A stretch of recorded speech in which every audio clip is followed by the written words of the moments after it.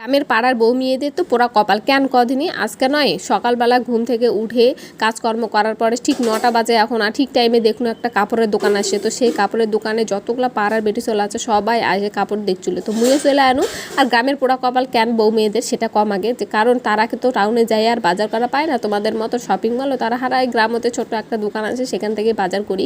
তোমরা তো দেখাই পাচ্ছেন কি কর্ম কওয়া আমার পোড়া কপাল। আর এদিকে তো মোর একটা শাড়ি দেখতে দেখতে পছন্দ হয়েছিল, কিন্তু কি গো মোরও পোড়া কপাল, একটা শাড়িও নেওয়া পারো না, কারণ টাকা নাই মোর কাছে। কি করবো, আর দুঃখের কপাল। আর দুর্গাপূজার সামনে আছে, কিছু তো নেওয়া পারো না, কি দুঃখ আছে বুঝতেই তো পাচ্ছেন। কি কর্ম হারা বেকার। আর বরদের আশা করে থাকি, কারণ বররা যখন না দিলে তো কিছুই হয় না। তারপরে দেখুন শাড়ি শুধু নয়, নানা রকমের ড্রেস আছে। এদিকে মেয়েদের দারুণ দারুণ ফ্রক চুড়িদার আছে, দেখে তো একদম মনটা কাছে উড়ু যদি নেওয়া পেতো মুইয়াটা, কিন্তু কি করবো কম মোরা নেওয়া হচ্ছে না। তার শুধু মোর মামার বেটির জন্য একটা জামা কেনার। আজকের ভিডিওটা তোমাদের কেমন লাগলো অবশ্যই কমেন্ট করে জানাবেন, এবং ভালো লাগলে চ্যানেলটি সাবস্ক্রাইব করবেন।